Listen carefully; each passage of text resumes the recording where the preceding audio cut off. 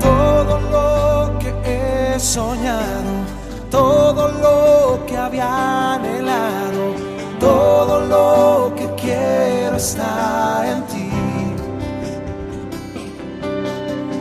Tú sanaste mis heridas, me llenaste de alegría. Hoy anhelo conocer de tu amor y tu poder. Quiero ver tu gloria en mí, saciar mi sed de ti. Dígalo todo, todo lo que he soñado, todo lo que había anhelado, todo lo que quiero está en ti. Tú sanaste mis heridas, me llenaste de alegría. Hoy anhelo conocer de tu amor y tu poder. Quiero ver tu gloria en mí, saciar mi sed de ti. Ayúdame a serte fiel, a darte hoy todo mi ser. Quiero entregarte todo el corazón. Yo me rindo a tus pies. Eres mi Dios, eres mi Rey, el anhelo de mi corazón. Solo tú eres mi Dios, mi Salvador.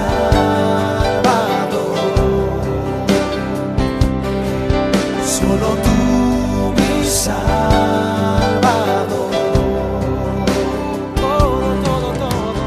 Todo lo que he soñado, todo lo que había anhelado, todo lo que quiero está en ti. Está en ti, Jesús. Tú sanaste mis heridas, me llenaste de alegría. Hoy anhelo conocer de tu amor y tu poder. Quiero ver tu gloria en mí, saciar mi sed de ti. Una vez más todo lo que he soñado, todo lo que había anhelado, todo lo que quiero está en ti. Está en ti, está en ti. Tú sanaste mis heridas, me llenaste de alegría. Hoy anhelo conocer de tu amor y tu poder. Quiero ver tu gloria en mí, saciar mi sed de ti.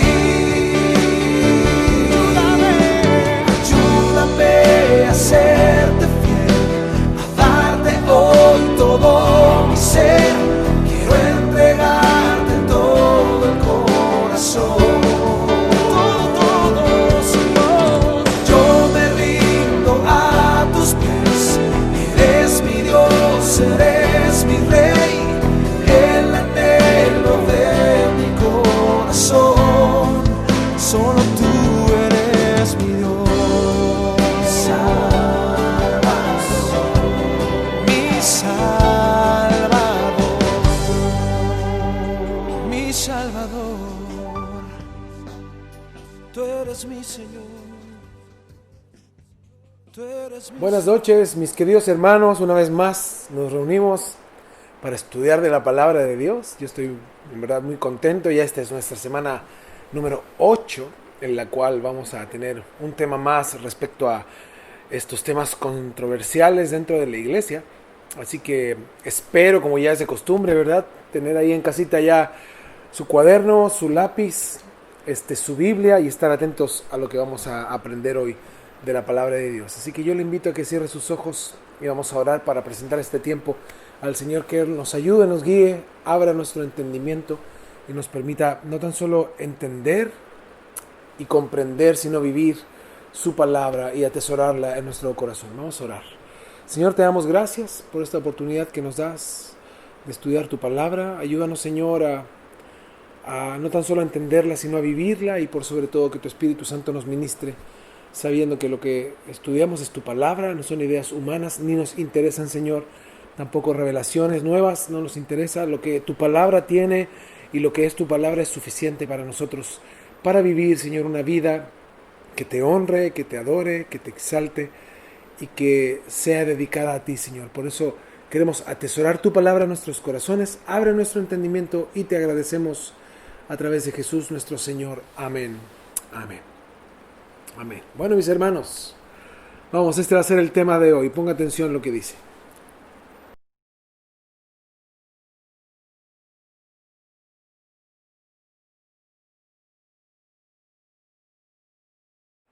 El don de lenguas. Wow, es un tema, ¿no? Hoy yo quiero darme a entender que no voy a hablar de dones y no quiero referirme a ese tema en particular, sino que quiero hablar del don de lenguas en sí mismo, o glosolalia. Porque ese es uno de los dones espirituales que el apóstol Pablo menciona en su primera carta a los Corintios, entre los capítulos 12 y 14. Pero más que hablar del don en sí mismo, quiero hablar de la mala interpretación del don, el mal uso del don y cómo esta doctrina está inmersa en nuestra iglesia hasta el día de hoy. Ahora, aclarar algunas cosas. Primero, yo no creo en el cesacionismo a nivel personal. El cesacionismo es una doctrina que dice que algunos dones ya están obsoletos, ya no están activos. Entonces, que estos dones obsoletos o que no estén activos, que tampoco son parte de la iglesia, que cesaron.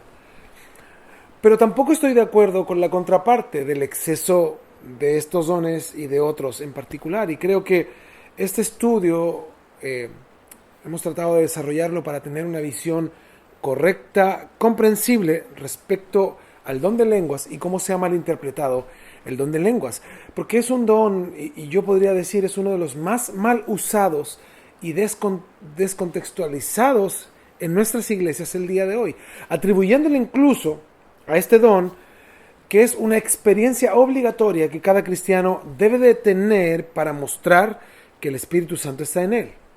Entonces, en verdad es un don que se ha sacado de contexto completamente.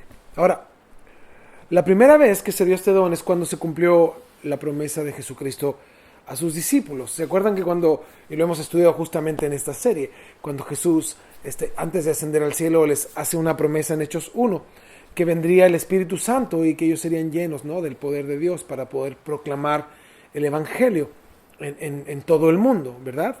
Y esto sucedió en la fiesta judía llamada el Pentecostés, que en griego significa la fiesta de los 50 días después, o quiere decir los 50 días después de la Pascua. En esta fiesta judía del Pentecostés también era conocida como la fiesta de la cosecha. Mira, cuando venían las primeras cosechas, ¿no?, en Israel, entonces era algo hermoso el saber que después de la Pascua, después de haber salido de Egipto, se conmemoraban las primeras cosechas, lo que ellos podían mostrar de la grandeza y abundancia de Dios. Ahora, en aquella ocasión, ya lo hemos estudiado, ¿verdad?, el Espíritu Santo les dio a los discípulos la habilidad sobrenatural de proclamar el mensaje de Dios en idiomas extranjeros, y eso lo estudiamos en una de las clases de la serie Viviendo en el Espíritu. Ellos hablaron idiomas que no conocían a judíos que visitaban Jerusalén durante las fiestas. Y estos judíos eran judíos que nacieron en otras naciones o en otras regiones, que hablaban distintos idiomas porque tenían idiomas diferentes porque nacieron en otros países siendo del linaje judío. Y estos que nacieron en otros países que tenían dialectos diferentes, se les llamaba los judíos de la dispersión en todas partes del mundo y de otras ciudades.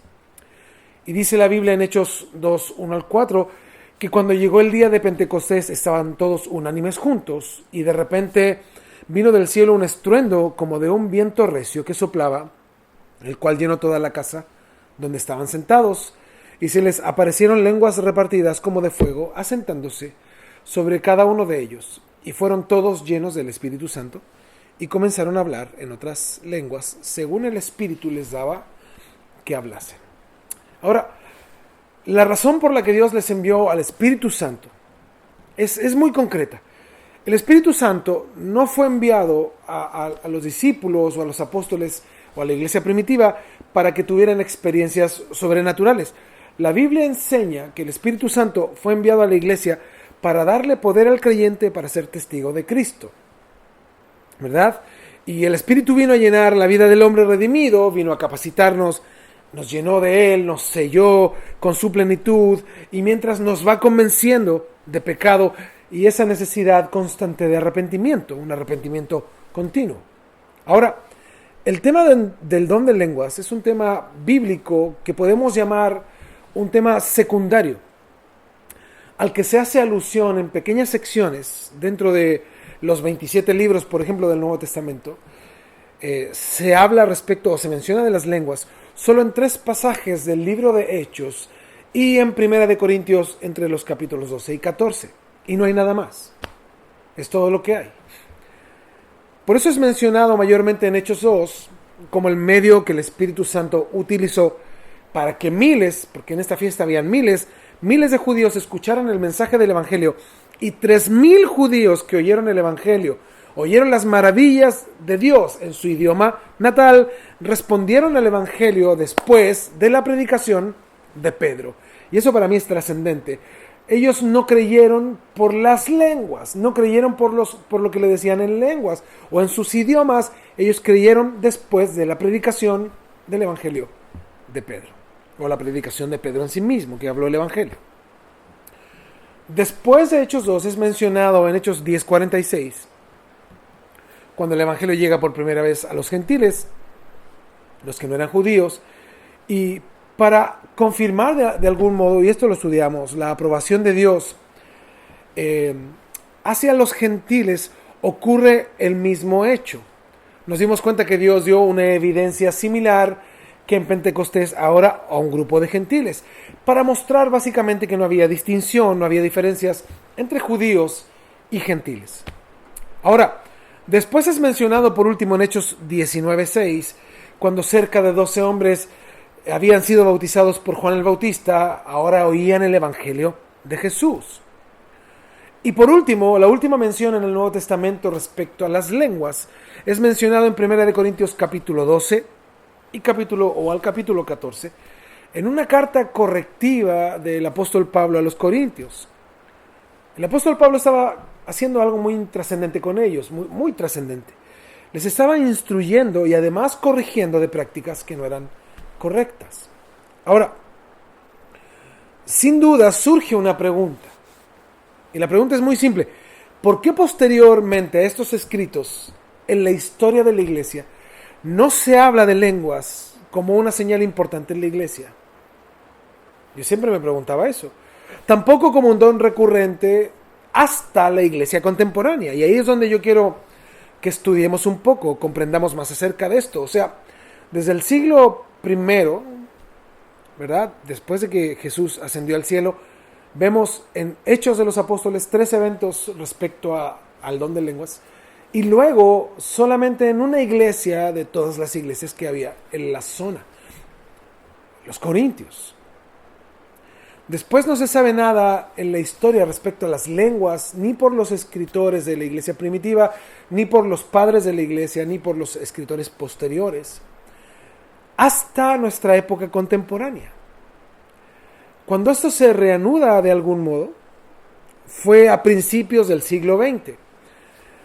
Y voy a poner aquí algunas imágenes aquí al costadito y algunas cosas para que estén bien atentos, porque quiero que esto lo entendamos y podamos analizarlo, contextualizarlo y darnos cuenta que estamos en el tiempo en el cual esto resurgió.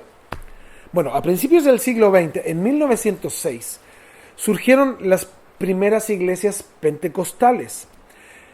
La iglesia pentecostal surgió porque fue un movimiento que enfatizó que el hablar en lenguas era necesario, tal como a la iglesia en Hechos capítulo 2 y como lo hizo la iglesia en Hechos 2.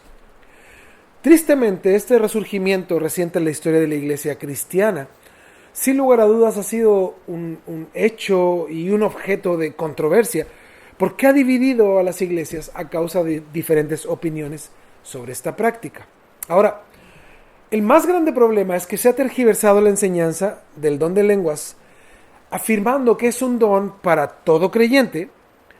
Se dice también que es un arma espiritual para experimentar victoria sobre el pecado, o inclusive algunos han enseñado que es la marca que un cristiano debe tener y que todo cristiano debe tener para mostrar que el Espíritu Santo está en su vida. Incluso se le atribuye que este acto o el hablar lenguas es un requisito para la salvación. Ahora, el apóstol Pablo le advirtió a su discípulo Timoteo en 1 de Timoteo 4:16 y le dice lo siguiente: ten cuidado de ti mismo y de la doctrina, persiste en ello, pues haciendo esto te salvarás a ti mismo y a los que te oyeren. O sea, Dios está interesado en que cuidemos la doctrina, la enseñanza. Por esto, y muy lógicamente, la sana doctrina es la doctrina que no es enfermiza, ¿no? Esto es algo un poco obvio, sino la doctrina que es sana en sí misma. ¿Y cómo yo descubro o entiendo cuál es la sana doctrina? La sana doctrina es aquella que está fundamentada en la palabra de Dios. La palabra de Dios, no hay más. Siempre que la palabra de Dios esté interpretada correctamente, mediante las reglas, ¿verdad?, y principios establecidos de la correcta interpretación bíblica, cuando se habla la palabra de Dios correctamente interpretada, eso es sana doctrina. Segunda carta de Pedro, capítulo 1, versículo 19. Segunda de Pedro 1:19 dice: tenemos también la palabra profética más segura, a la cual hacéis bien en estar atentos, como a una antorcha que alumbra el lugar oscuro, hasta que el día esclarezca y el lucero de la mañana el lucero de la mañana salga en vuestros corazones. Entendiendo primero esto, que ninguna profecía de la Escritura es de interpretación privada, porque nunca la profecía fue traída por voluntad humana, sino que los santos hombres de Dios hablaron siendo inspirados por el Espíritu Santo. Fíjense, este texto nos aclara mucho respecto a nuevas interpretaciones o nuevas revelaciones o nuevas doctrinas, e incluso personas que dicen tener una nueva y exclusiva revelación de Dios. No, lo que está en la palabra, entre tapa y tapa, eso es lo que Dios reveló al hombre, y no es de algunas personas o exclusiva para algunos, sino que todos tenemos acceso a la palabra de Dios, porque dice la Biblia que no es ninguna palabra de la Escritura es de interpretación privada, o para alguien o para algunos, sino para toda su iglesia. Por eso, un principio importante es que la sana doctrina es consistente con lo que la iglesia de Cristo ha creído siempre en todo lugar. Fíjate, la sana doctrina que se predicaba en la iglesia primitiva en el primer siglo es y debe ser la misma sana doctrina que se predica hoy. Es la misma palabra, es la misma iglesia. Por eso debemos ser sospechosos de nuevas enseñanzas, de nuevos movimientos, en cuanto a los que de doctrinas esenciales o doctrinas importantes se trata. Tenemos que ser personas que analicemos lo que se enseña, sin lugar a dudas, todo. Y cualquier pastor que diga que su mensaje no puede ser probado por la Escritura comete un error. Los pastores debemos de exponer la palabra de Dios para que la iglesia lo estudie, lo verifique, y el Espíritu Santo dé testimonio y la iglesia lo crea y crezca y madure al respecto. Ahora, como ha sido dicho, y hay un dicho que a mí me gustó mucho, dice: si es nuevo, no es bíblico, y si es bíblico, no es nuevo. Es evidente, ¿no? La carta más antigua de la Biblia se cree que es la carta del Apocalipsis. que se escribió aproximadamente en el año 99, el año 100 después de Cristo. Ahí es donde se cierra el canon. Entonces cualquier nueva interpretación, cualquier nueva doctrina es igual a las doctrinas que tuvo la iglesia primitiva y que ha tenido la iglesia por los siglos en los cuales el Señor la ha sustentado, ¿verdad? Ahora, ¿por qué doy esta introducción respecto a la iglesia contemporánea? Porque, como veremos a continuación, el énfasis no bíblico que se ha hecho recientemente por muchos y muchas iglesias y muchas personas respecto a este don espiritual es una enseñanza nueva en los casi 2000 años de historia de la Iglesia de Cristo. Ahora les quiero dar un breve panorama del trasfondo histórico. Acá a mi derecha tengo una imagen de un hombre llamado John Wesley. Él vivió desde el 1703 al 1791. Él fue un ministro de la iglesia anglicana o la iglesia inglesa, que al viajar a Estados Unidos y predicar durante un periodo en Estados Unidos que se denominó el Gran Despertar, ¿verdad? Que fue un avivamiento espiritual histórico, ¿no? En el siglo XVIII. Él, al viajar a Estados Unidos, dejó establecidos grupos de estudio bíblico que con el tiempo se convertirían en la actual iglesia metodista. Ahora, John Wesley, en su teología, en su doctrina, su enseñanza, él creía algo que era un poco extraño. Él creía que después de uno, al comenzar su caminar con Dios, existía un momento que él denominó una segunda experiencia. Él decía que posteriormente a la salvación, en la que Dios tocaba al creyente y le santificaba totalmente. O sea, estaba la primera experiencia del nacimiento, nuevo nacimiento, y había una segunda experiencia donde Dios tocaba al creyente y lo santificaba de una vez y para siempre. Ahora voy a profundizar en eso. Para 1870, esta enseñanza fue redescubierta dentro de la iglesia metodista. Y para esto un grupo de ministros comenzaron a enseñar que Dios había establecido esta segunda experiencia en la que el cristiano experimentaba la santificación total, o ellos le llamaron la perfección, y el cristiano no volvía nunca más a pecar, nunca más. De esta corriente surgió el movimiento de la santidad, o conocido en inglés como Holiness Movement. Entonces, de este movimiento surgieron diversas denominaciones, algunas conocidas por nosotros como la Iglesia Nazarena y el Ejército de Salvación, entre otras, ¿verdad? Y un ministro muy famoso en ese tiempo, metodista, partidario de este movimiento de la santidad, de esta segunda experiencia que generaba una santidad total en el creyente, se llamaba Charles Parham.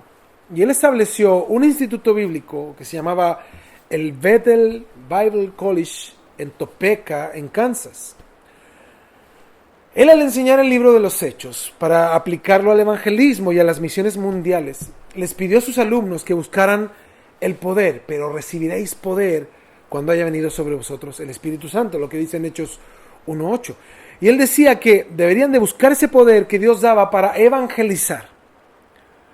Y él concluyó que era necesario entonces tener esa experiencia de recibir al Espíritu Santo mediante la imposición de manos y la oración del liderazgo de la iglesia. Ahora, en 1901, una alumna del Bethel Bible College se llamaba Agnes Osman. Ella, después de que este pastor Parham le impusiera sus manos y orara por ella, ella comenzó a hablar en otras lenguas. No sabemos qué clase de lenguas, ¿verdad? No sabemos. Pero ella comenzó a hablar en idiomas o en otras lenguas.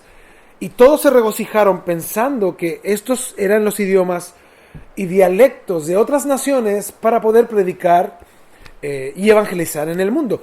Fíjense que tenía cierto razonamiento aún que las lenguas eran realmente un lenguaje comprensible para otros. O sea, era un dialecto o un idioma para otras naciones.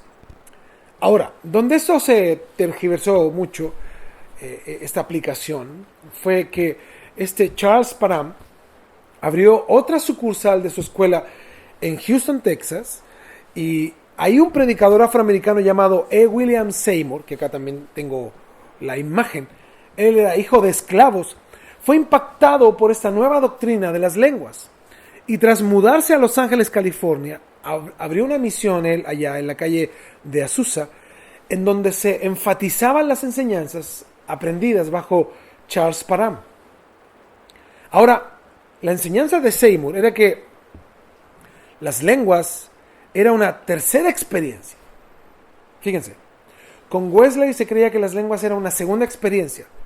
Ahora con William Seymour, las lenguas eran una tercera experiencia. Porque el cristiano recibía 3 toques de Dios. 3 toques. O 3 experiencias. El primero era la salvación. El segundo era la santificación. Que acá tengo el dibujito. Y el tercero era el bautismo en el Espíritu Santo, que nos daba la capacidad de predicar o evangelizar, ¿no? Que venía de la mano de las lenguas. Ahora, esto se enseñó mucho tiempo, y un tiempo después, ellos, reformando su doctrina, cambiaron la enseñanza y enfatizaron solo las lenguas como una segunda experiencia a la salvación. O sea, primero se recibía la salvación y el Espíritu Santo, y luego la evidencia del Espíritu Santo era el hablar en lenguas. Y más adelante en la historia de este movimiento, se dieron cuenta sus practicantes que lo que hablaban no era ningún idioma real, porque salieron a las naciones y les hablaban en lenguas a la gente y la gente no entendía nada. Entonces se cambió el énfasis y se apegó a lo que los corintios creían. Y se enseñó que eran lenguas angelicales y que eran útiles para hablar con Dios. Ahora, el movimiento pentecostal surgió oficialmente en 1906, en este avivamiento de la calle Azusa y en Los Ángeles, California, con William Seymour. Y de allí se expandió el más grande movimiento de la cristiandad, y se creía que, o se sabía que este movimiento tenía más de 500 millones de miembros. O sea, 500,000, estoy bien, ¿verdad? 500,000 millones de personas. Y este movimiento pentecostal fue tan grande que el día de hoy existen aproximadamente 11,000 diferentes denominaciones pentecostales en el mundo. Y este conteo es ya antiguo. Hoy, sin lugar a dudas, puede ser muchas más. Acá en Chile solamente hay 3,000 denominaciones, imagínense. Ahora, la doctrina o enseñanza pentecostal afirmaba que los discípulos de Cristo, habiendo conocido a Jesús, ya eran salvos.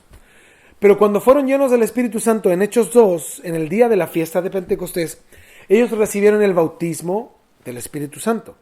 Y la evidencia de ese bautismo fue hablar en lenguas como una segunda experiencia posterior a la salvación. Ahora, ellos siempre han enfatizado que esta segunda experiencia es la voluntad de Dios para todo creyente.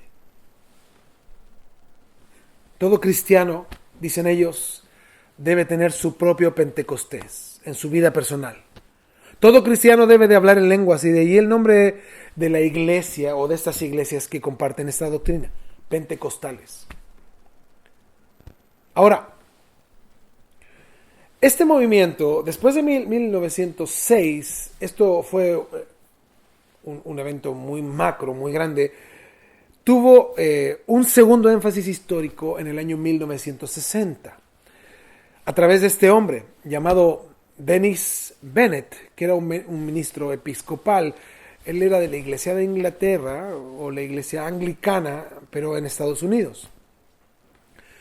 Él comenzó a enfatizar en la necesidad de que todo cristiano practicara y tuviera dones milagrosos o sobrenaturales dentro de la iglesia actual.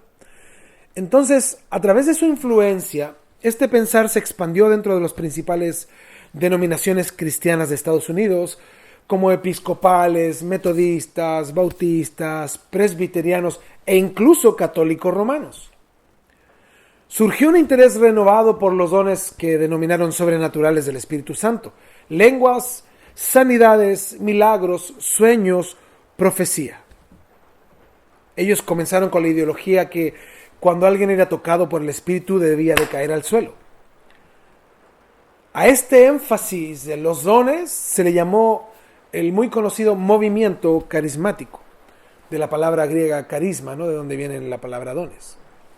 Entonces, este movimiento tuvo un crecimiento tan exponencial, tan expansivo en las primeras o en las principales denominaciones, y fue tan inmediato, y a la vez trajo tanta controversia y división a muchas iglesias, en donde los grupos y muchas iglesias enteras, con pastores que no estaban de acuerdo con estas doctrinas y con hermanos que no estaban de acuerdo con estas doctrinas, o que sí estaban de acuerdo con estas doctrinas, se separaban de sus denominaciones para formar sus propias iglesias y movimientos pentecostales independientes. Ahora, para ellos y para todo este movimiento en los años 60 fue muy importante la manifestación de dones sobrenaturales para considerar que la iglesia estaba viva a nivel espiritual. O sea, si una iglesia no tenía lenguas, no tenía profecía, no tenía manifestaciones de sanidades, de milagros, no tenía gritos, algarabía, era una iglesia muerta. Es más, yo nunca me voy a olvidar que en este tiempo y en estos años, muchas veces, muchas personas me han hablado respecto al tema. De que por qué en nuestra iglesia no hay profecía, por qué no hay lenguas. ¿Por qué no hay ciertas actividades que deberían de demostrar que es una iglesia viva? Es más, a mí una vez una persona me dijo que yo frenaba al espíritu y que nosotros con enseñar solo la palabra frenábamos al espíritu. Qué curioso, ¿verdad? Actualmente la cristiandad está unida en el deseo de alcanzar al mundo para Jesucristo, pero el asunto de algunos dones, y en especial el de las lenguas, y el movimiento carismático moderno es un tema importante a estudiar, pues ha sido de debate doctrinal para muchas iglesias y para muchas personas en el evangelio actual. Ahora, se les llama iglesias pentecostales porque estas iglesias enfatizan que lo que sucedió a los discípulos, el hablar en lenguas en la fiesta judía de Pentecostés, en Hechos 2, era trascendente en la vida del cristiano actual. Y se ponía este título a las iglesias haciendo énfasis en que este evento debía de suceder a cada cristiano. Fíjense, el Pentecostés era una de las 3 fiestas más importantes en Israel, junto con la Pascua y la fiesta de los tabernáculos, ¿no? O enramadas, en donde todos los judíos esparcidos por todo el imperio romano, se le llamaba de la diáspora, hacían un viaje de peregrinación a Jerusalén, al Santo Templo de Dios. Y el Pentecostés celebraba la cosecha y adquirió de algún modo el significado del pacto con Dios en el Sinaí, en donde Dios les otorgó su ley. Ahora, el Pentecostés en sí mismo no fue el evento del Espíritu Santo, sino el Pentecostés es la fiesta judía. El Espíritu Santo usó el Pentecostés porque se congregó tanta gente, era la fiesta más importante, o la que congregaba más gente, y el Señor usó el Pentecostés como el momento donde Él derramaría su Espíritu para predicar su palabra, para que muchos conocieran de Jesús. Ahora, el hecho de que la denominación y el sistema se llame pentecostal, que viene del Pentecostés, fíjense, no tiene, la gente lo atribuye a una relación con el Espíritu, nosotros los que creemos, pero en sí es el nombre de una fiesta judía. Ahora, el movimiento pentecostal y carismático actual afirma aún en nuestros tiempos, que el cristiano debe experimentar un segundo toque de Dios. O sea, después de su salvación hay un segundo toque de Dios, al que le llaman el bautismo en el Espíritu Santo. Y que la evidencia del bautismo en el Espíritu Santo es el hablar en lenguas. Ahora, en Hechos 2, en el Pentecostés, hay algo muy curioso. No dice que todos fueran bautizados en el Espíritu o que hablaran lenguas. Dice que hablaban en lenguas o en otras lenguas. Es más, la razón por la que el movimiento pentecostal, de algún modo, les decía yo, utiliza esta palabra de bautismo en el Espíritu Santo, lo asocian con hablar en lenguas. Lo basan en una declaración de Juan el Bautista, ¿no? Que cuando vendría el Espíritu Santo, ahí en Mateo 3:11, y también está en Lucas 3:16, que él iba a bautizar en Espíritu Santo y fuego. Entonces, si recuerdan, ¿verdad? Que Juan decía, yo a la verdad os bautizo en agua para arrepentimiento, pero el que viene tras de mí, cuyo calzado no soy digno de desatar o de llevar, es más poderoso que yo, él os bautizará en Espíritu Santo y fuego. O sea, en la mente y uso de los judíos, la palabra fuego podía ser utilizado también como la palabra poder o también como juicio. Ahora, por el contexto de lo que dijo Juan el Bautista, es probable que Juan se refería a que Jesús traería juicio sobre los injustos. Como en Hechos 2 se menciona que se les aparecieron repartidos a los discípulos lenguas como de fuego, entonces se asocia la palabra fuego para decir que este fue el bautismo que habló Juan. Pero en Hechos 2 es probable que el uso de lenguas de fuego es para significar idiomas de poder. Es más, la palabra lenguas en Hechos 2 en griego es la palabra dialectos, ¿verdad?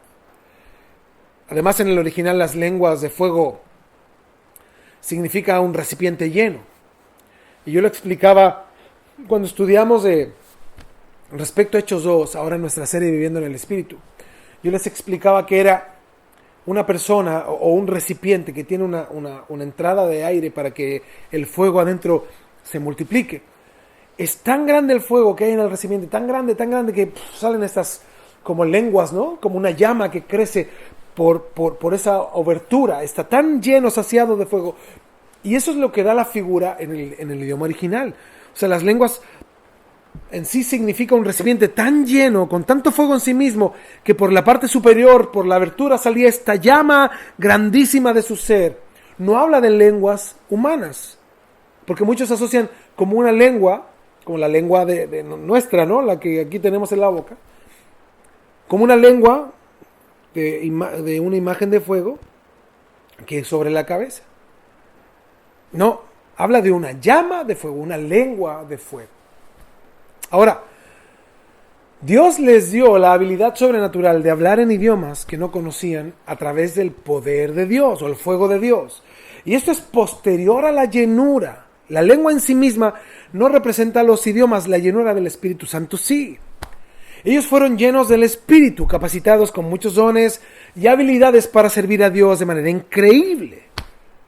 Y eso lo podemos ver de manera concreta, como el apóstol Pablo, un pescador, da su primer sermón de manera increíble, del cual 3,000 personas creyeron en el Evangelio. Pedro, un pescador que fue capacitado por el Espíritu para predicar con argumentos históricos, teológicos, poéticos, con sabiduría y gracia de Dios, en un instante. En un instante. Por eso es interesante cuando entendemos la palabra bautismo, baptizo, que es sumergir o cubrir completamente. Ellos fueron sumergidos en el Espíritu Santo, saciados por completo. Ahora, aunque la Biblia nunca le llama al acontecimiento de hablar en lenguas bautismo, este texto combinado en Hechos 1:8 y en el capítulo 2 de Hechos fue utilizado para enseñar que todo creyente, decía este sistema que estuvimos viendo, ¿no? Desde John Wesley con los posteriores, todo creyente debía o necesitaba tener una segunda experiencia posterior a la salvación, por medio de la cual se recibía el bautismo en el Espíritu Santo. Ahora, si usted tiene dudas respecto al bautismo en el Espíritu Santo, en nuestra serie Viviendo en el Espíritu, que estamos dando ahora cada domingo, hay dos maneras en cómo la pueda ver. Una, buscando la serie en nuestros cultos de domingo, y lo segundo es ir en SoundCloud de Casa de Oración Santiago. Ahí está la serie completa de Vivir en el Espíritu hasta ya esta semana.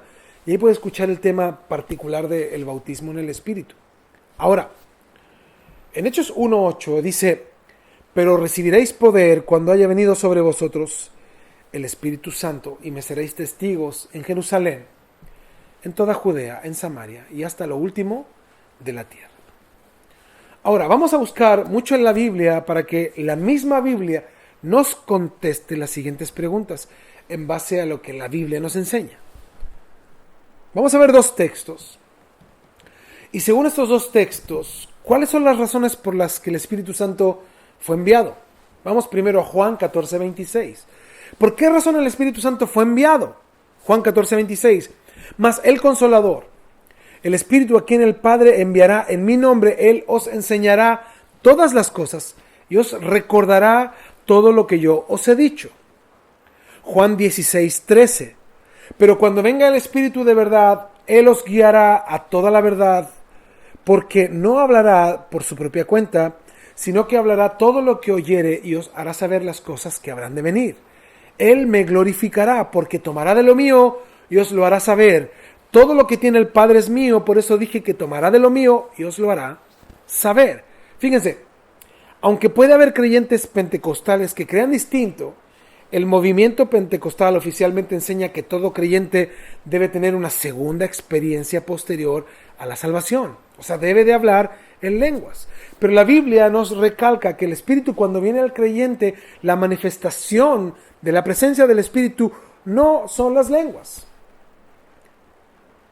Sí es que el Espíritu llena a este creyente, lo hace vivir distinto, lo guía a la verdad y a toda la justicia, le va a recordar todas las cosas que él conoce por medio de la palabra de Dios, y vamos a poder vivir una vida diferente. Vamos a 1 Corintios 12:27.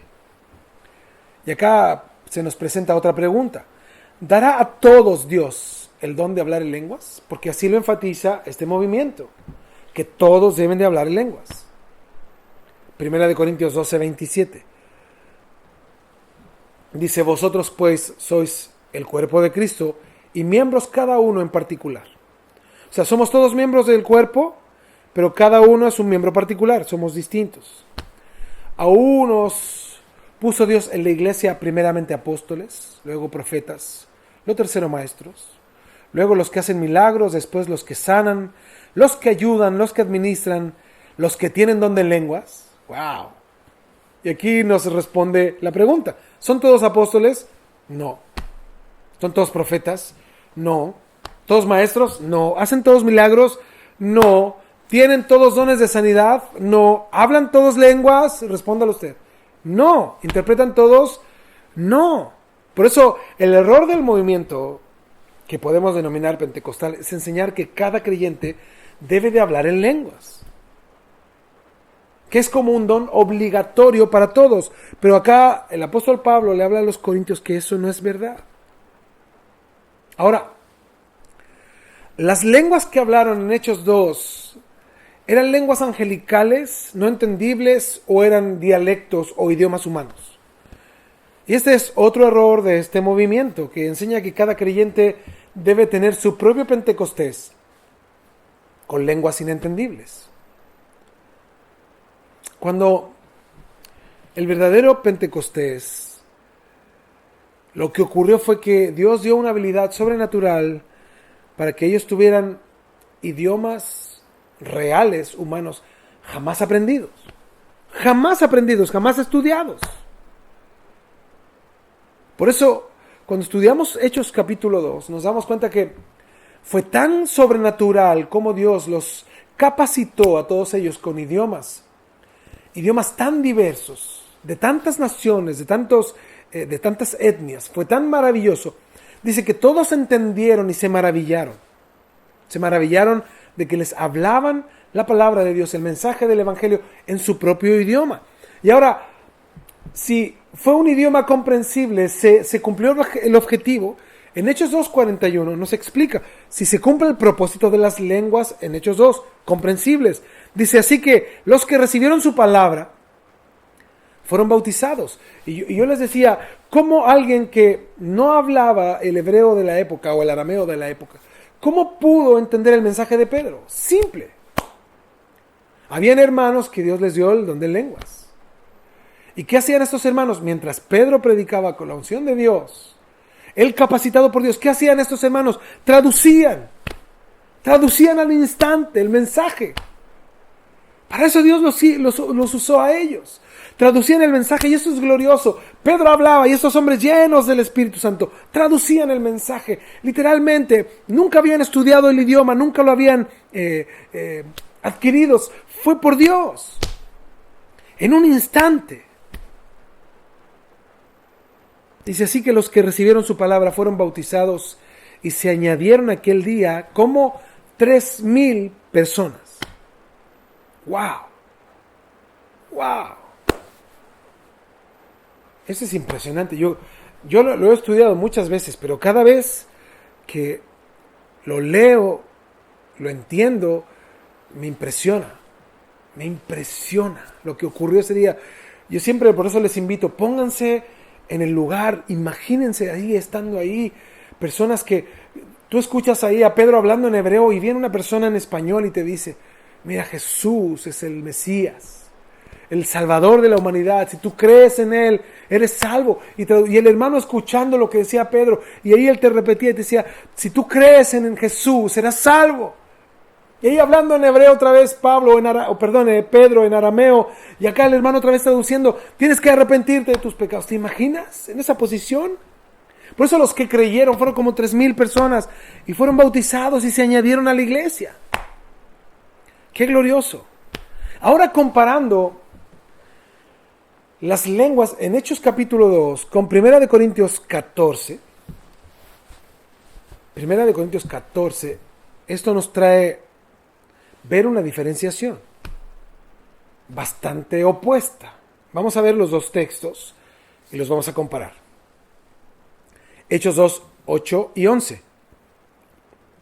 O 8 al 11 mejor, sí. Hechos 2, 8 al 11 dice, ¿cómo pues les oímos nosotros hablar cada uno en nuestra lengua en la que hemos nacido? Partos, medos, elamitas, y los que habitamos en Mesopotamia, en Judea, en Capadocia, en el Ponto y en Asia, en Frigia y Panfilia, en Egipto y en las regiones de África, más allá de Cirene, y romanos aquí residentes, tanto judíos como prosélitos, cretenses y árabes, les oímos hablar en nuestras lenguas las maravillas de Dios. ¡Wow! Las maravillas de Dios. Ahora vámonos a los Corintios. 1 Corintios 14, vamos a leer el versículo 2 y el versículo 9, y vamos a ver la diferenciación. Dice 1 Corintios 14, 2, porque el que habla en lenguas no habla a los hombres, sino a Dios. Dice, pues nadie le entiende, aunque por el Espíritu habla misterios. O sea, la iglesia de los Corintios, el idioma en que ellos hablaban, nadie lo entendía. Versículo 9. Así también vosotros, si por la lengua no diereis palabra bien comprensible, ¿cómo os entenderá lo que decís? Porque hablaréis al aire. O sea, ¿a qué es equivalente, de acuerdo a 1 Corintios 14, 9, a qué es equivalente el hablar en lenguas en la iglesia si nadie entiende lo que decimos? Dice, hablaréis al aire. Es como hablar o hablarle al viento. No sirve de nada.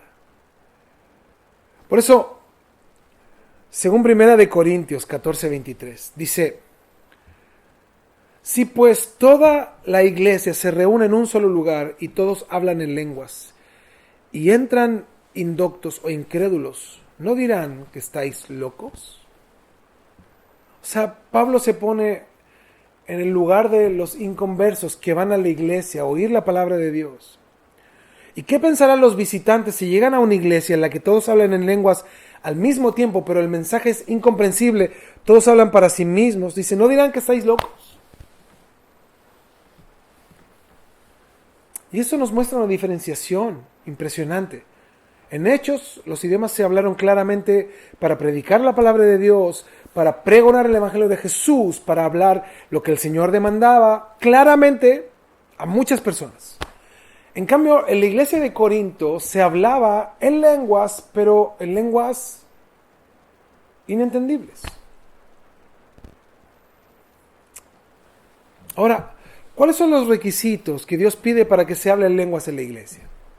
Fíjense, 1 Corintios 14. No estamos saliendo de Corintios, ¿eh? Yo voy a profundizar un poco más en esto, pero estamos hablando solo de una iglesia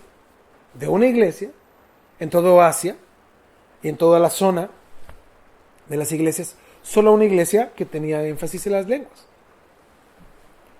Dice 1 Corintios 14, 27.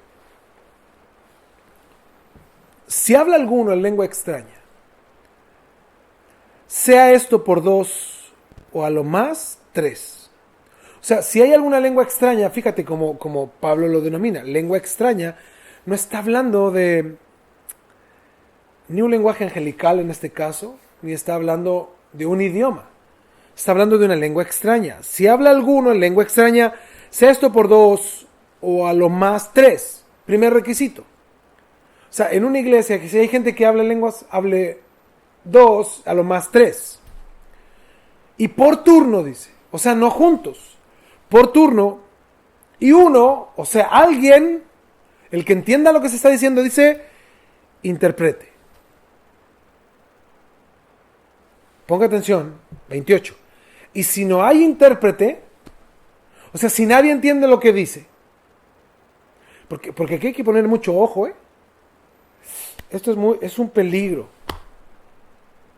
Porque dice, y si no hay intérprete, calle en la iglesia. Y hable para sí mismo y para Dios. O sea, si usted dice que tiene un lenguaje de Dios, dice, calle en la iglesia. Si no hay quien interprete lo que usted dice, calle en la iglesia. Pero el sistema, por decirlo de algún modo, carismático, en la iglesia actual, no tiene ese filtro. En lo absoluto, consideran que todo lo que quieren hacer, lo pueden hacer fuera del orden bíblico. Entonces esto a mí me impresiona.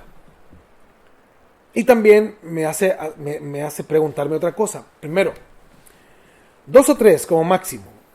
Segundo, que alguien interprete. Y tercero, si no hay intérprete, que guarde silencio y que hable para sí mismo, solito, con Dios. Esto se presta para muchas cosas, porque puede haber alguien que pueda hablar una lengua usada por Satanás, un intérprete usado por Satanás, y que una iglesia sin discernimiento puede considerar que este es un mensaje de Dios. ¡Wow! ¡Wow! Yo conocí a personas que hacían literalmente amarres de parejas utilizando este medio. ¿Y por qué digo amarre de parejas? Porque esto era brujería. Eran adivinos de la iglesia. Era gente que no tenía ninguna relación con la vida espiritual. Una señora decía la misma frase todo el rato, la. Y la otra, el Señor dice, que tú tienes que casarte con tal. Y la iglesia decía, amén. ¡Wow! ¡Qué terrible! Cuando vemos esto debería darnos aún mayor temor de Dios, aún una mayor dependencia de Dios respecto a que Él nos dé discernimiento, a que la iglesia tenga un orden y que tenga tanto orden que cuando alguien venga en desorden, todos saltemos y nos movamos en pos de que la gloria de Dios, la gracia de Dios, la presencia de Dios, el respaldo de Dios esté con nosotros siempre. ¡Wow! ¡Qué impresionante! Ahora, ¿qué prefería Pablo? ¿Hablar en lenguas? En 1 Corintios 14, 18, fíjate, estamos solo en el 14, todo lo que acontece, ¿verdad? Dice Pablo en 1 Corintios 14, 18, doy gracias a Dios que hablo en lenguas más que todos vosotros. Lo más increíble es que acá esta palabra lenguas aquí es glosa. Está hablando, Dios me ha dado la capacidad de hablar otros idiomas. Pablo está diciendo otros idiomas comprensibles. Por eso Pablo dice, doy gracias a Dios que hablo en lenguas más que todos vosotros. O sea, si alguien habla una lengua diferente, yo hablo más que todos ustedes. 19, ponga atención, dice, pero en la iglesia prefiero hablar 5 palabras con mi entendimiento para enseñar también a otros que 10,000 palabras en lengua desconocida. Y esto es interesante porque el número 10.000 era el número más grande en el idioma griego para el cual había una palabra. O sea, 10.000 era el número más alto. Entonces, es interesante cómo Pablo habla acá la palabra glosa, que era la capacidad de Dios para hablar otro lenguaje en idioma comprensible sin haberlo aprendido. Y a través de la historia sabemos que Pablo dominaba el idioma griego porque sus cartas están escritas en griego. También Pablo dominaba el hebreo porque él había sido educado en Jerusalén. Él sabía hablar arameo porque era el idioma de toda Judea. Y probablemente hablaba latín porque él era un ciudadano romano. Entonces era realmente un políglota. Pero él decía, en la iglesia, yo soy políglota, puedo ir a Roma y hablo en latín. Puedo ir a Judea y puedo hablar arameo. Puedo estar en Jerusalén y hablo hebreo. Puedo estar acá en Grecia y hablo en griego. Dice, Dios me ha dado esta capacidad sobrenatural de hablar en otros idiomas. Pero en la iglesia prefiero hablar 5 palabras comprensibles, 5 palabras con las que pueda edificar a otras personas, que 10.000 palabras en lengua desconocida. ¡Wow! ¡Qué impresionante! Ahora, sabemos que recibir el bautismo en el Espíritu Santo o del Espíritu Santo no es una experiencia secundaria a la salvación. La Biblia enseña en numerosas ocasiones que el Espíritu Santo se recibe en el momento de la salvación y no hay experiencias secundarias ni asociadas con hablar en lenguas. La Biblia nos dice que recibimos del Señor en nuestro arrepentimiento, nuestro nuevo nacimiento, y recibimos el sello, la plenitud del Espíritu. Recibimos la llenura del Espíritu, esto quiere decir que Él viene completo a nosotros y Él nos capacita. Ahora, muchas iglesias dicen que la evidencia del Espíritu en las personas son las lenguas. Que quien hable en lenguas muestra la evidencia del Espíritu en su vida. Pero la Biblia dice otra cosa. Gálatas 5:22, y eso ya ustedes lo saben bien, ¿verdad? Y esta semana vamos a seguir continuando. Dice Gálatas 5:22, mas el fruto del Espíritu, o sea, la evidencia del Espíritu, lo visible del Espíritu es amor, gozo, paz, paciencia, benignidad, bondad, fe, que es fidelidad, mansedumbre, templanza, dominio propio. Contra tales cosas no hay ley. Wow. Porque los que son de Cristo han crucificado la carne con sus pasiones y deseos, dice el 24. Si vivimos por el Espíritu, andemos también por el Espíritu. Nuestro texto base de ya muchas semanas. Ahora, ¿es el hablar en lenguas el fruto o la evidencia del Espíritu Santo en la vida de un creyente? No, ninguna. Y a mí me resulta algo sorprendente en este estudio que podemos ver con bastante sorpresa que solo en Corinto se practicaba abiertamente este don. Es más, no hay otras cartas donde se hable o se practique este don, solo en Corinto. Ahora, muchas iglesias carismáticas enseñan que las lenguas es una evidencia de que el creyente vive una vida espiritual. Yo me acuerdo sobre todo en los años 80, eso se daba mucho en las iglesias, este movimiento carismático. Pero asimismo veíamos a las mismas personas que hablaban en lenguas, luego abandonar el evangelio, dejar la iglesia, los que les llaman, todavía no, algunas iglesias les llaman los descarriados. Y era muy triste ver cómo en la iglesia mucha gente hablaba en lenguas, tenía una actitud aparentemente cristiana, ¿verdad? Pero su vida cotidiana no tenía relación con la obra del Espíritu. Por eso, la iglesia de Corinto es la única iglesia en toda la Biblia en la que se menciona que hablaban en lenguas. Pero además, esta iglesia tenía un alto concepto de las lenguas como un reflejo del nivel espiritual. Sin embargo, y esta pregunta la voy a escribir, y aquí va a salir. ¿Eran los corintios una iglesia espiritual? Vamos a ver algunas conductas que se mencionan. Primera de Corintios 3:1. Y yo voy a ir avanzando. Así que usted va conmigo, ¿no? Veloz. Primera de Corintios 3:1. De manera que yo, hermanos, no pude hablaros como a espirituales, sino como a qué dice, a carnales, como a niños en Cristo. ¡Wow! Una iglesia carnal. ¿Abundaba en dones? Pues ellos decían que sí, pero eran carnales. 3:3. Porque aún sois carnales, pues habiendo entre vosotros celos, contiendas y disensiones, ¿no sois carnales y andáis como hombres? O sea, fíjate, personas que hablaban en lenguas, que mostraban ciertos dones y habilidades y capacidades, pero después de hablar en lenguas, se peleaban con el hermano, discutían con otro, hablaban mal del otro, celaban a uno, y hablaban mal del pastor, y hablaban mal del anciano, y hablaban mal del diácono, y así, pero hablaban bien bonito en lenguas. 5:1, Primera de Corintios, estamos en Corintios, nada más. De cierto se oye que hay entre vosotros fornicación, dice, y tal fornicación, inmoralidad, ¿no? Porneia, inmoralidad, cual ni aún se nombra entre los gentiles, tanto que alguno tiene la mujer de su padre, o sea, le quitó la esposa al papá. Qué increíble, ¿no? Primera de Corintios 6:6. Dice, sino que el hermano con el hermano pleitea en juicio, y esto ante los incrédulos. O sea, decía que entre los hermanos se mandaban a la corte. No, es que este hermano está de ilegal aquí, te voy a denunciar. No, es que este hermano robó, este hermano hizo tal cosa, no, te voy a denunciar, fíjate, ante los incrédulos. Primera de Corintios 6:15 y 16. ¿No sabéis que vuestros cuerpos son miembros de Cristo? ¿Quitaré pues los miembros de Cristo y los haré miembros de una ramera? De ningún modo. Ellos tenían prácticas inmorales, seguían teniendo las mismas prácticas que había en los templos de Apolos y los templos de Zeus, donde habían más de 1000 prostitutas sagradas, y estas 1000 prostitutas sagradas estaban para la adoración de estos dioses. Y el tener relaciones sexuales con estas sacerdotisas, ¿no? Y prostitutas sagradas les hacía adorar a sus dioses. Por eso ellos estaban haciendo lo mismo para Dios. 16.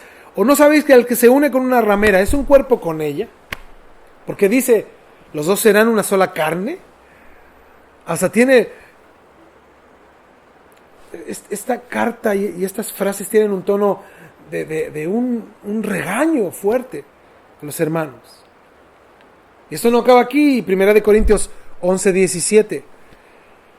Pero el anunciaros esto que sigue, no os alabo, dice, porque no os congregáis para lo mejor, sino, ¿para qué? Dice, para lo peor. Pues en primer lugar, cuando os reunís como iglesia, oigo que hay gente entre vosotros, dice, que hay entre vosotros divisiones, y en parte lo creo. Porque es preciso que entre vosotros haya disensiones, para que se hagan manifiestos entre vosotros los que son aprobados, o sea, los que son de verdad. Cuando pues os reunís vosotros, esto no es comer la cena del Señor, dice, porque al comer cada uno se adelanta a tomar su propia cena, y uno tiene hambre y otro se embriaga. O sea, tomaban como excusa esto de la cena del Señor o la comunión con el Señor, y lo único que hacían era embriagarse o llenarse el vientre. Pues, hermanos, hagamos un asadito para la gloria de Dios, ¿no? Es como hay muchas iglesias que dicen, hermanos, vamos a tener la cena de gala de fin de año. Y entre medio hacen un culto, ¿no? Pero la finalidad es la cena. Y hay hermanos que te preguntan, dicen, oye pastor, ¿y qué va a haber de comer? A nosotros cuando hemos hecho, por ejemplo, los congresos de matrimonios, o algún evento que incluye comida, o una cena de matrimonios, hay hermanos que nos dicen, ¿y qué va a haber de comer? Es que no me gusta eso. Hermanos, así eran los corintios. Qué increíble, ¿no? Se pierde todo el centro de las cosas.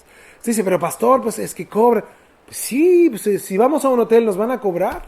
No nos van a dar nada gratis, absolutamente nada, nunca, nunca. Y si queremos hacer algo bien, vamos a tener que buscar un lugar bonito y hacer algo bien.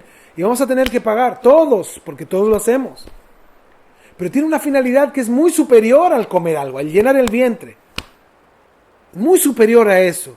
Que es tener comunión con Dios, que Él nos hable, nos enseñe su palabra, irnos a un lugar diferente para poder recibir, desconectarnos de nuestra vida y recibir de la palabra de Dios. Pero fíjate, lo que hacían los corintios es lo que muchos cristianos hacen hoy en día también. No acaba aquí, 1 Corintios 15:12. Dice, pero si se predica de Cristo que resucitó de los muertos, ¿cómo dicen algunos entre vosotros que no hay resurrección de muertos? Porque si no hay resurrección de muertos, tampoco Cristo resucitó. ¡Wow! Una pregunta les quiero hacer. En base a esos textos que vimos, yo tomé algunos textos nada más. Ahora, en base a estos textos bíblicos,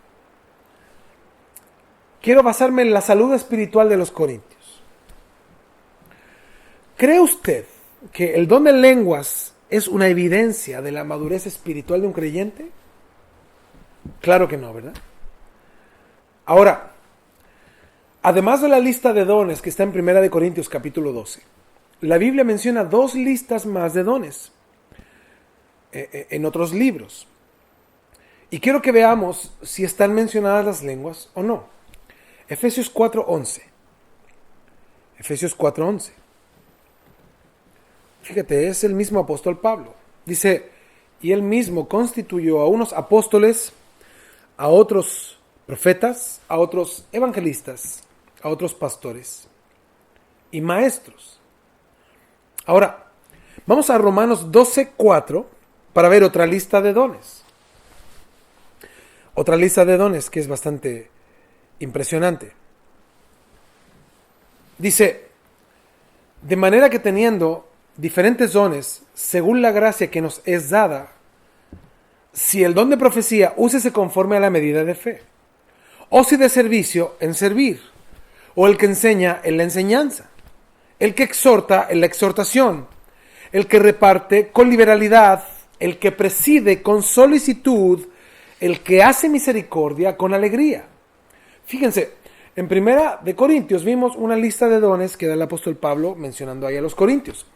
Luego vemos que Pablo habla también de otra lista en Efesios, que son los ministerios, ¿no?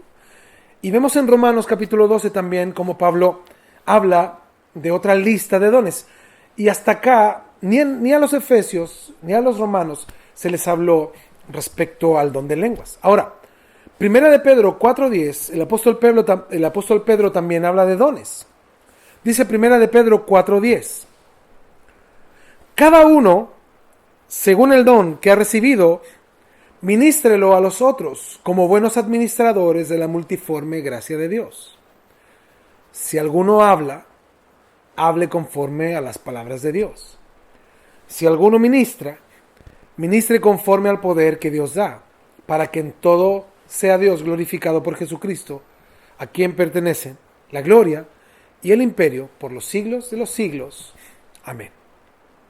Ahora, ¿cree usted que si el don de lenguas fuese, como muchos enseñan hoy, que es la marca del Espíritu Santo en la vida del creyente, o la marca de un creyente espiritual, ¿cree usted que estaría entonces ausente en las otras listas de dones? Porque sin lugar a dudas sería una exigencia, ¿no?, dada a todas las iglesias y a todos los creyentes. Pero sin duda, este don o lo que se expresa contemporáneamente, que es la muestra visible de la obra del Espíritu Santo, no tiene relación alguna con la verdad bíblica. Ahora, la Biblia dice que entre hablar en lenguas y proclamar la palabra de Dios, que se habla la palabra profetizar, ¿cuál es el don mejor o mayor y por qué? 1 Corintios 14 nuevamente lo habla. 1 Corintios 14. Versículo 1 dice, seguid el amor y procurad los dones espirituales, pero sobre todo que profeticéis. Esta palabra habla de proclamar la palabra de Dios. No es mirar el futuro, ¿no?, o hablar algo del futuro, sino que aquí claramente está hablando de proclamar la palabra de Dios. Dice, porque el que habla en lenguas no habla a los hombres, sino a Dios. Dice, pues nadie le entiende. O sea, dice, si no le habla a nadie, pues a Dios le hablará, ¿no? Nadie le entiende, aunque por el Espíritu habla misterios. Pero el que profetiza, dice, habla a los hombres para edificación, exhortación y consolación. El que habla en lengua extraña a sí mismo se edifica. Pero el que profetiza, dice, edifica ¿a quién? A la iglesia. Así que quisiera que todos vosotros hablaseis en lenguas, pero más que profetizaseis. Porque mayor es el que profetiza que el que habla en lenguas, a no ser que las interprete para que la iglesia reciba edificación. Ahora pues, hermanos, si yo voy a vosotros hablando en lenguas, ¿qué os aprovechará? Si no os hablaré con revelación, o con ciencia, o con profecía, o con doctrina. Ciertamente las cosas inanimadas que producen sonidos como la flauta o la cítara, si no dieren distinción de voces, ¿cómo se sabrá lo que se toca con la flauta o con la cítara? ¡Wow! ¡Wow! ¡Qué impresionante! Se está hablando claramente que lo más trascendente es lo claro por sobre lo que no se entiende. Porque hasta ahora vemos que las lenguas de los corintios no eran idiomas, eran lenguas incomprensibles. Ahora, ¿cuál es el propósito de los dones? Si hoy hay hermanos o alguien que considere que tenga el don de lenguas, ¿cuál es el propósito de los dones? Dice 1 Corintios 14, 3 al 5. Fíjense que seguimos acá en este mismo texto, ¿no? Pero el que profetiza habla a los hombres para edificación, exhortación y consolación. El que habla en lengua extraña a sí mismo se edifica, pero el que profetiza edifica a la iglesia. Así que quisiera que todos vosotros hablaseis en lenguas, pero más que profetizaseis, porque mayor es el que profetiza que el que habla en lenguas, a no ser que las interprete para que la iglesia reciba, ¿qué dice? Edificación. El 12 de 1 Corintios 14, versículo 12 dice, así también vosotros, pues que anheláis dones espirituales, procurad abundar en ellos. ¿Para qué dice? Edificación de la iglesia. Y el versículo 26, 1 Corintios 14, 26 dice, ¿qué hay pues, hermanos? Cuando os reunís, cada uno de vosotros tiene salmo, tiene doctrina, tiene lengua, tiene revelación, tiene interpretación, dice, hágase todo. O sea, ¿cuál es el propósito de, si ustedes tienen dones, hágase todo para edificación? Wow. Wow. Ahora, ¿cumplen las lenguas que los corintios hablaban ese propósito, edificación? Las lenguas que predicaban o que hablaban los corintios, que hablaban en grupo y toda la gente hablaba y hablaba lenguas, ¿edificaba la iglesia? Versículo 4 lo responde, 1 Corintios 14, 4. El que habla en lengua extraña dice, a sí mismo se edifica. O sea, Pablo no está diciendo que es una sana práctica. Está diciendo que todo lo que hagamos debe de tener un sentido claro, que es la edificación de la iglesia. Wow. Dice el 14, 17, porque tú a la verdad bien das gracias, ¿no? Porque podía ser la excusa de los hermanos. Yo estoy hablando con Dios. Dice, pero el otro no es edificado. O sea, hasta aquí podemos hacernos esta pregunta. ¿Por qué solo los corintios entonces? ¿Habrá algo más? ¿Por qué solo los corintios? ¿Por qué solo en Corinto? Bueno, yo me quise ir un poco a lo histórico para poder explicarles una buena conclusión que yo saqué a nivel personal y que estudié también y que siento que nos puede dar mucha luz al respecto del tema. El único libro donde se hace alusión entonces al don de lenguas como lenguaje espiritual para hablar con Dios, que incluso Pablo hace ese sobreénfasis, está en 1 Corintios capítulo 14, ¿verdad? Que ahora lo vimos. Ahora, debemos tomar en cuenta que las cartas a los Corintios, sobre todo 1 Corintios, es una carta correctiva. Pablo está corrigiendo inmoralidad, falsa doctrina y desorden dentro de la iglesia. Por eso leíamos que había problemas de divisiones y partidismos en la iglesia, había un problema de incesto en la iglesia, habían demandas entre creyentes, ¿no? El problema de fornicación y algunos que se iban con prostitutas, habían problemas de comportamiento en los servicios o en las reuniones de la iglesia. Había respuesta a la pregunta sobre lo sacrificado a los ídolos y algunos estaban tentados a adorar ídolos. El problema de los abusos de la cena del Señor, porque algunos se emborrachaban y otros no compartían con los que tenían necesidad o tenían menos, ¿no? Pablo les habla de la corrección del abuso de los dones espirituales, haciendo un sobreénfasis en las lenguas Y algunos dudaban incluso de la resurrección. ¿Se acuerdan que leímos todo eso?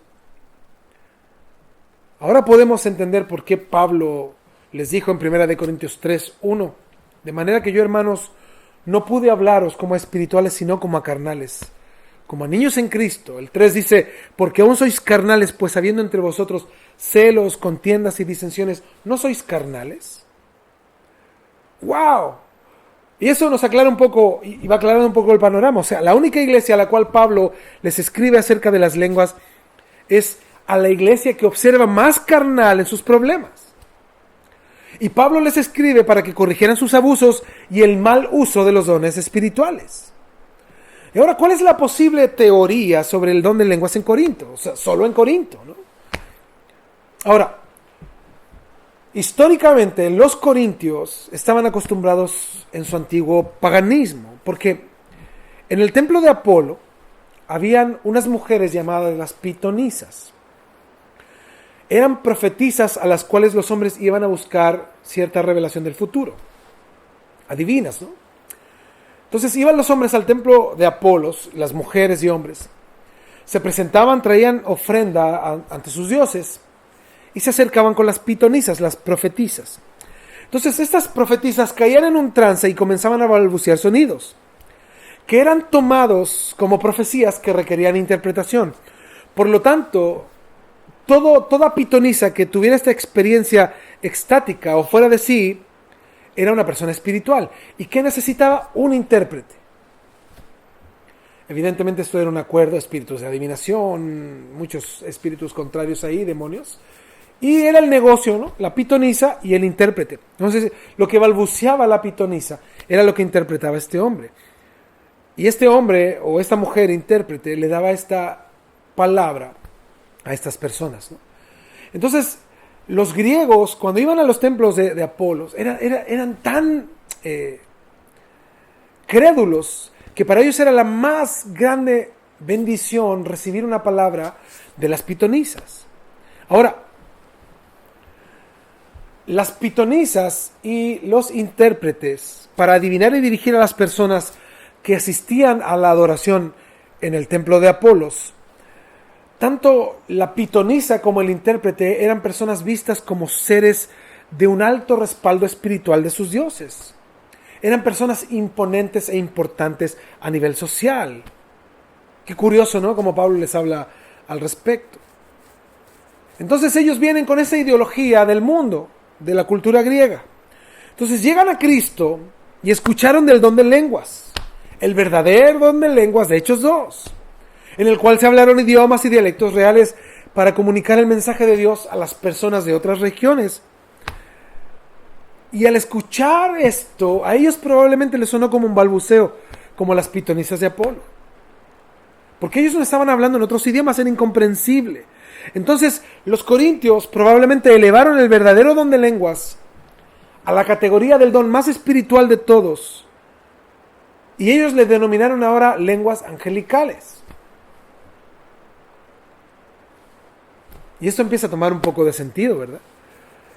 Y ellos dijeron, es que estas lenguas, como lo hacían las pitonisas en el templo de Apolo, era una relación directa con Dios. ¿Qué hacían las pitonisas en el templo de Apolos? Era una relación directa con sus dioses. Le hablaban en balbuceos a sus dioses y había un intérprete. Ahora, ellos decían y creían que las lenguas mostraban la espiritualidad del practicante y que era una relación directa con Dios. Y esto tiene y logra tener mucho sentido respecto a lo que ellos creían que traían del mundo y que estaban imponiendo en la iglesia. Por eso existen repetidas alusiones que los corintios eran arrogantes y presumidos. En 1 Corintios capítulos 12 al 14, Pablo les escribe que no ignoren el verdadero propósito de los dones espirituales, que tenían que corregir falsas doctrinas y que tenían que tener ojo con el mal uso de los dones, específicamente el de lenguas.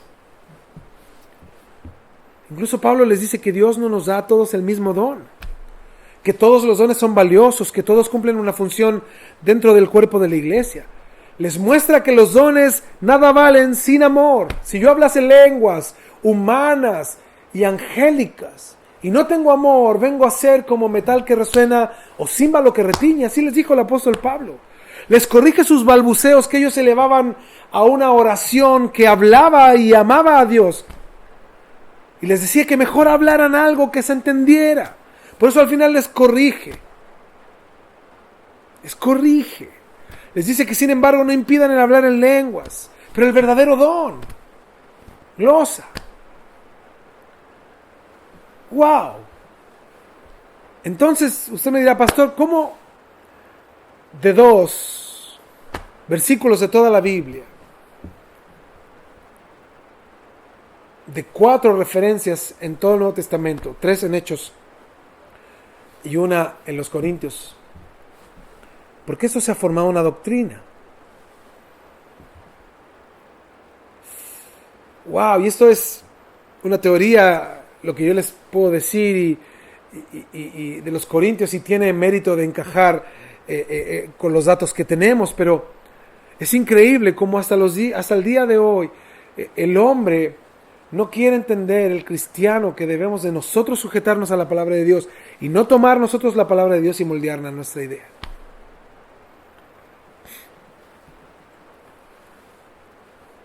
Ahora, Pablo jamás dice que es probable hablar en lenguas espirituales o angelicales. Pero asimismo dice que tampoco es posible poseer todo el conocimiento y toda la fe. Y esto yo creo que lo hace conforme a tratar de explicarle a los corintios que ellos era lo que creía que hacían. Entonces esto yo creo que resuelve mucho el entender de qué se trata esto de las lenguas. Ahora, yo les quiero dar algunos factores bíblicos a tomar en cuenta respecto al don de lenguas. Porque al reflexionar sobre este tema controversial del don de lenguas, es importante tomar en cuenta el testimonio de toda la Biblia. Y todo lo que la Biblia dice del don de lenguas es lo siguiente. Ponga atención. Primero, que en Hechos 2 las lenguas eran idiomas o dialectos humanos entendibles de diversas naciones. Segundo, que el don de lenguas es un don espiritual que el Espíritu Santo reparte a quien Él quiere y no es para todos. Tercero, que es el único don que solo edifica al que lo practica respecto a lo que Pablo enseña, a no ser que haya un intérprete para que pueda edificar a la iglesia. Y a pesar de que todos los dones, según la Escritura, fueron dados para edificar a otros, este don debe de omitirse si no hay un intérprete. Es más, si la Biblia nos llama a probar esto antes de recibirlo, sin pasarlo por la palabra de Dios. Número 4, que en la práctica de la iglesia deben hablar en una reunión, dice 2 o máximo 3, y debe de haber un intérprete, si es que alguien tiene el don. 5, que en la práctica del don de lenguas en la iglesia, si no hay intérprete, la persona que habla debe callarse. ¡Wow! ¿Cuántas reuniones, no? A mí se me vienen a la cabeza llenas de personas que hablaban y personas que se paraban y gritaban y que no tenían orden en su corazón, no tenían dominio propio. O sea, yo entiendo que podemos nosotros sentirnos fervorosos en algún momento en el culto. Es más, a mí me gustaría que todo el culto, todos nuestros cultos, fueran llenos de fervor a Dios, pero un clamor genuino del corazón, con manos levantadas, dando gloria a Dios, glorificando el nombre de Dios, levantando el nombre de Cristo, dando gracias. Pero a veces nos pasa que alguien dice gloria a Dios y lo miran todos feos así. ¿Qué le pasa? Nos hemos ido a un extremo frívolo también y frío, que también es peligroso. Pero aquí lo que está hablando Pablo es del desorden. Cuando esto llega a un desorden, cuando la gente quiere hablar y dice, si no hay intérprete, la persona debe de guardar silencio. Porque eso se controla, ¿se dan cuenta? O sea, la persona debe callarse, significa que no es algo que lo supera, no es algo que lo domina, es algo que él domina, él controla. Wow, todos los dones, Dios da esa capacidad. Toda la gente piensa que el don es algo que es eufórico, que no se controla, al contrario.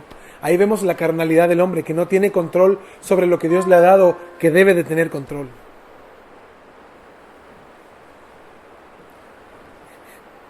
Número 6, ya ni recuerdo.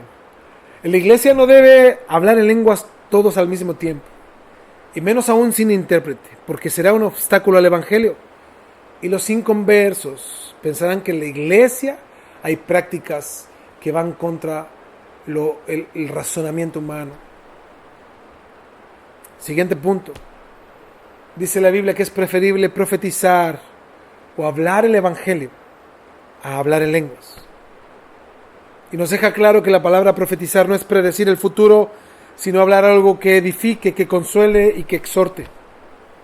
Y por último, que el don de lenguas es por señal a los no creyentes, tal como sucedió en Hechos 2, idiomas para pregonar el evangelio a quien no entiende el idioma original de lo que se está hablando.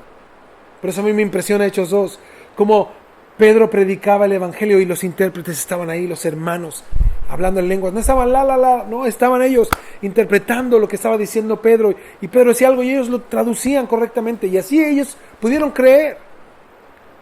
Por eso también es importante considerar, todo lo que la Biblia no dice, que muchas iglesias hoy practican y que enseñan sobre el don de lenguas. Y esto es importante, hermano. Mira, todo esto es lo que la Biblia no dice sobre el don de lenguas, para que no creas. Y si lo has practicado y lo creíste, arrepintámonos. Arrepintámonos de corazón. Primero, ninguna parte de la Biblia dice que el cristiano debe ser bautizado en el Espíritu Santo, sino que el bautismo en sí surge con la llenura del Espíritu Santo en el nuevo nacimiento. O sea, no hay una segunda experiencia. 2. Ninguna parte de la Biblia le llama al hablar en lenguas bautismo en el Espíritu Santo. 3. Ninguna parte de la Biblia dice que el creyente en Cristo, ya salvo, deba recibir al Espíritu Santo por segunda vez. Ya lo recibió. ¿Cómo lo va a recibir por segunda vez o una segunda experiencia? Tercero, ninguna parte de la Biblia enseña que las lenguas son la evidencia del bautismo en el Espíritu Santo. Ninguna. Voy en la 5. Ninguna parte de la Biblia dice que Dios ha dado el don de lenguas a todos los creyentes. Nunca dice eso. 6. Ninguna parte de la Biblia dice que las lenguas son el don más espiritual, ni tampoco que son la marca de la salvación. 7. Ninguna parte de la Biblia dice que las lenguas es el único idioma que el diablo no puede entender, porque hay iglesias que dicen eso, que hay que orar en lenguas porque así el diablo no entiende. No es cierto. La Biblia no lo dice. Y por último, ninguna parte de la Biblia dice que el don de lenguas es un lenguaje angelical. Porque en 1 Corintios 13:1 no dice que las lenguas son lenguaje angelical. Está haciendo una suposición. Si yo hablase lenguas humanas y angélicas. Ahora, para terminar un poco con esto, porque ya hemos avanzado un poco en la hora, yo me quise ir a estudiar algunos factores históricos, decir, bueno, y durante la iglesia no hubo más lenguas, solo en los Corintios, ahí esto se acabó, han habido algunos eventos posteriores, y es importante considerar el testimonio de la iglesia de Jesucristo a través de los 2000 años, ¿no? De ser guiada por el Espíritu Santo. Si el don de lenguas es la voluntad de Dios para su pueblo, como lo conocemos hoy contemporáneamente, ¿no? ¿Por qué este don está tan ausente durante 1900 años? Y estos 1900 años de la historia de la iglesia fue un don ausente en muchos casos. Y si fue presente, no tenemos registro. Pero en las iglesias donde tenemos registro, fue un don ausente. Ahora, el don de lenguas está prácticamente ausente en 19 siglos de la historia de la iglesia. En su mayoría, solo grupos heréticos o falsos aparecen en la historia hablando en lenguas. No vemos ni a Juan Crisóstomo, ni a Agustín, ni Lutero, ni a Juan Calvino, ni a Matthew Henry, ni a John Bunyan, ni tampoco a John Wesley, ni a D.L. Moody, ni a Carlos Spurgeon, entre muchos otros. Nunca mencionaron nada acerca de las lenguas. Y hay algunos comentarios, por ejemplo uno de Juan Crisóstomo, del año 347 al 407, él vivió después de Cristo.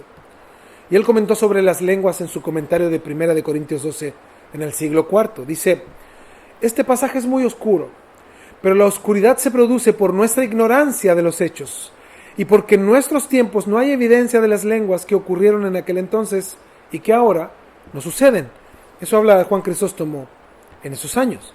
Ahora, San Agustín escribe entre los años 354 al 430. Él comenta también en el siglo IV y dice lo siguiente: En los tiempos muy tempranos el Espíritu Santo cayó sobre los que creyeron y hablaron en lenguas, idiomas, lo traduce él. Idiomas que no habían aprendido porque convenía que se manifestara el Espíritu Santo en todos los idiomas, para demostrar que el Evangelio iba a alcanzar a todos los confines de la tierra. Y dice, fue hecho como una señal, pero en nuestros días, dice, ya no está. O sea, solo esto hasta el gran despertar, que hablábamos, ¿no?, de John Wesley. En los Estados Unidos hubo reportes de personas que comenzaron a hacer estos ruidos extraños a los que le denominaron lenguas. Pero hay un comentario que a mí me impresiona mucho, que dice, de ese tiempo, dice, muchos de ellos no pareciera que hablaran idiomas, sino más bien que ladraban como perros. Qué fuerte, ¿no? Por eso fue hasta el avivamiento de Azusa en 1906. Y de allí en adelante, cuando el don de lenguas se expandió a múltiples iglesias y la cristiandad comenzó a hablar en lenguas después de 19 siglos de un aparente silencio. Y digo aparente silencio porque no sabemos. Por eso yo les decía al principio que no creo en el cesacionismo, en lo absoluto. ¿Saben por qué no creo en el cesacionismo o que algunos dones hayan cesado o estén obsoletos? Porque yo creo en un Dios tan grande, que creo que algún misionero que esté en la selva, Dios le puede dar un idioma no aprendido y él puede predicar el evangelio en un dialecto. Yo creo que Dios puede dar la capacidad a alguien que se encuentra con una persona o una persona de otra nación y le puede dar la capacidad de hablar el evangelio de Jesús en otro idioma. Lo que sí no creo de manera personal, en las lenguas que conocemos nosotros. Yo me acuerdo desde niño, en la iglesia donde íbamos cuando éramos niños, los niños de esa época se burlaban mucho de las lenguas porque parecían frases que eran muy conocidas, que se podían burlar y tomaban frases y hasta los niños copiaban las lenguas de algunos que eran en realidad burdas. Pero sí creo que Dios es tan poderoso que en base a los dones que Él dio, sí puede levantar gente para cumplir sus planes y propósitos. Yo creo en el poder de Dios, sin duda. Espero que usted también. Ahora, para terminar, miren que ya llevamos una clase bastante extensa. Para terminar, y estos son algunos consejos. Mi hermano, si algún creyente dice hablar en lenguas, como lenguaje privado entre él o ella y Dios, es algo que podemos y debemos respetar. Respételo. Si es algo privado, de alguien que lo considera privado, respételo. Respetémoslo. No va a edificar la iglesia, ya lo sabemos, pero si las personas lo practican de modo privado, respetémoslo. Ahora, si esas son lenguas de Dios o del enemigo, pues ya cada quien es responsable. Segundo, si un creyente, líder cristiano o una iglesia enseñan que se requiere una segunda experiencia posterior a la salvación de hablar en lenguas, están en el error. Eso es una mentira, no es verdad. Tercero, si enseñan que las lenguas son necesarias para tener poder espiritual, para vencer al pecado, mienten. Tú y yo ya tenemos al Espíritu Santo que nos permite vencer el pecado, nos permite ser fuertes ante la tentación. El Espíritu es lo que necesitamos, no un don del Espíritu.